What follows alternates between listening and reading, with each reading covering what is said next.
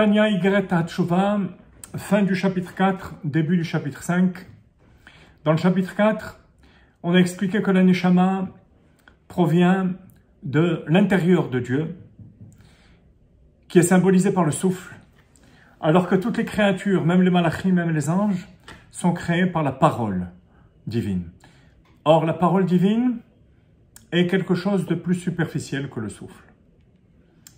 Et on a expliqué que ce souffle intérieur de Dieu correspond au nom Yud-Ke Vav-Ke. Alors que la parole divine, c'est le nom Elohim. Yud-Ke Vav-Ke, c'est le nom intérieur de Dieu, le Shem HaEtzem. Où se trouve ce nom de Dieu? Dans les sphirotes.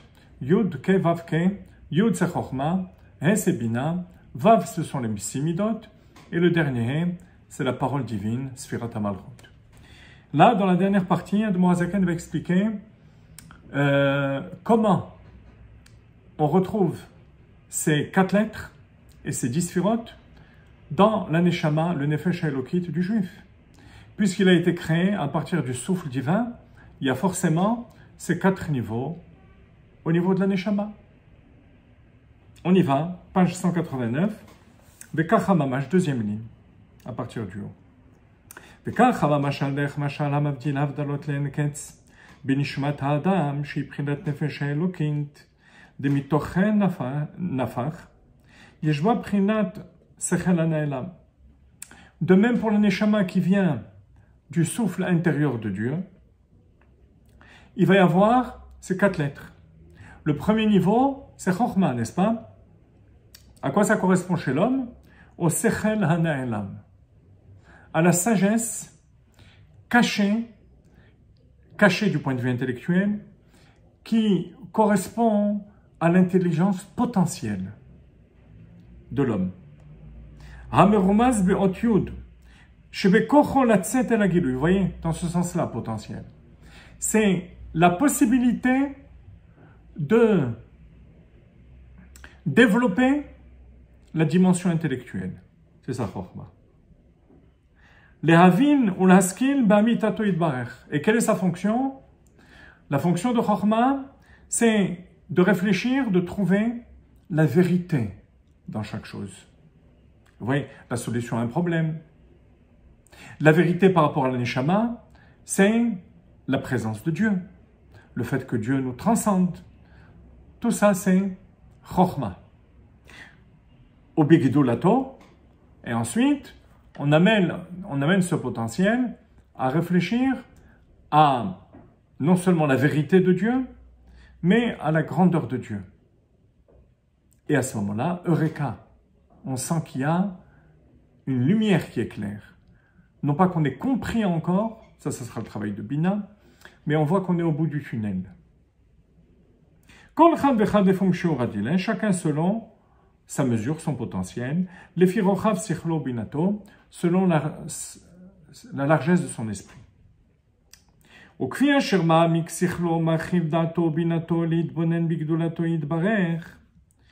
Et plus la personne va élargir sa bina, son intelligence, lui donner une dimension à cette étincelle, et méditer dans la grandeur de Dieu. Vous voyez, on ne parle plus de la vérité on l'a trouvée, mais comprendre les détails qui font la grandeur de Dieu, même à l'école almine, Sovev Kol Almin, le fait que Dieu emplit le monde, transcende. Alors là, Meromezet Binato Beot He, ça sera le He du nom de Dieu qui est dans la Bina, qui exprime la Bina de l'homme. Sheeshla Rocha Vegam Orech, qui a une dimension de largeur et de longueur. La longueur, qu'est-ce que c'est? C'est la descente du haut vers le bas.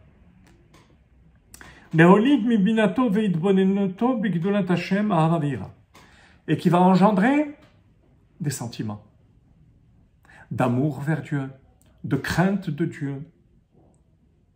Et tous les dérivés, qui sont au nombre de 4, puisqu'il y a 6 midot. D'abord, dans l'esprit, l'amour et la crainte intellectuelle qui vont descendre dans le cœur.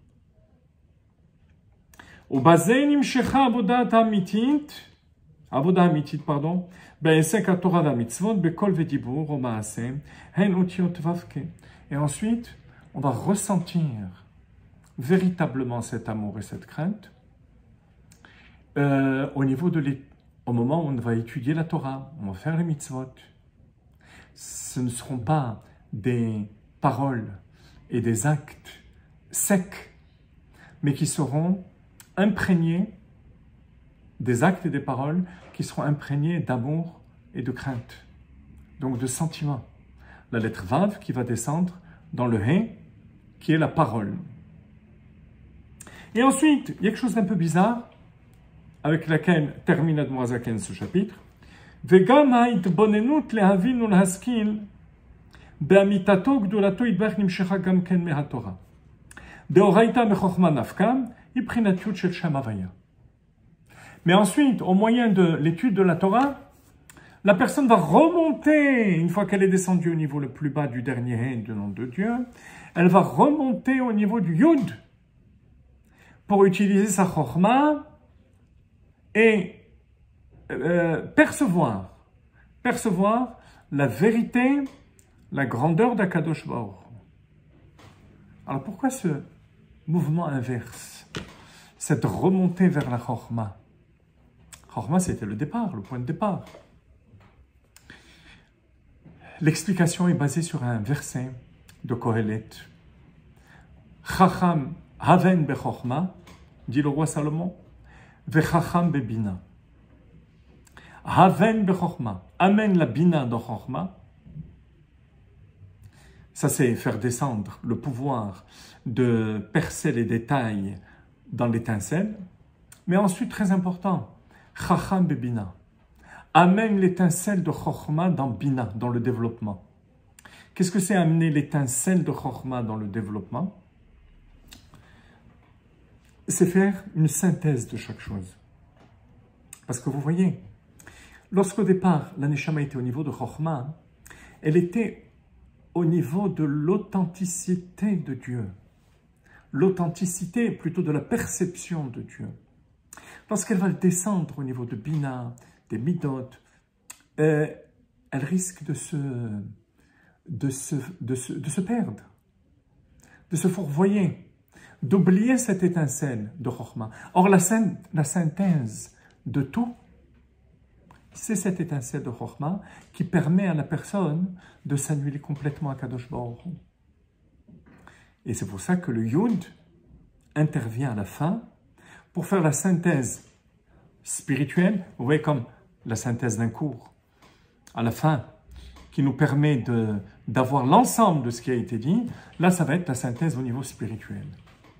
C'est l'étincelle de Chokhma et donc le Bitoul. Ensuite, dans le chapitre 5, une fois qu'Admorazaken a expliqué ce qu'est le souffle divin que Dieu a insufflé dans les narines d'Adam Arishon, c'est bien la Neshama. Vaipach be'apav nishmat chaim. Il va rapporter un autre pasouk qui semble contredire le premier. Quel est ce pasouk? Le pasouk qui dit que Dieu a créé par la parole aussi l'homme. L'homme n'a pas été créé que par le souffle divin, mais comme les malachim, mais comme toutes les autres créatures, par la parole. Alors, comment concilier les deux psukim? On verra que le premier, lorsqu'on parle de souffle, il s'agit de la Neshama elle-même. Par contre, lorsqu'on parle de la parole divine, il s'agit de l'âme qui s'habille totalement dans le corps, totalement, pas seulement dans les narines, mais totalement. Et là, c'est la parole divine.